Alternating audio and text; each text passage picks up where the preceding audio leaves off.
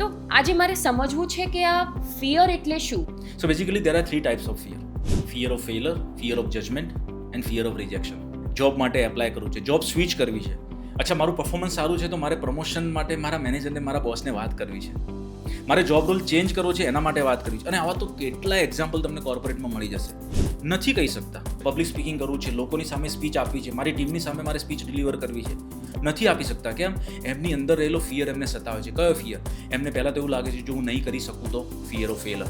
મારે business start કરવો છે પણ જો મારો બિઝનેસ ફેલ થયો તો, મારે આ પ્રોજેક્ટ પર કામ કરવું છે, મારે ઓર્ગેનાઇઝેશનની અંદર આ એક ઇનિશિયેટિવ લેવું છે પણ હું ફેલ થઈ ગયો તો ફિયર ઓફ ફેલર.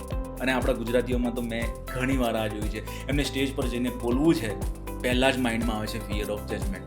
હું હિન્દીમાં બોલું, ગુજરાતીમાં બોલું કે ઇંગ્લિશમાં બોલું?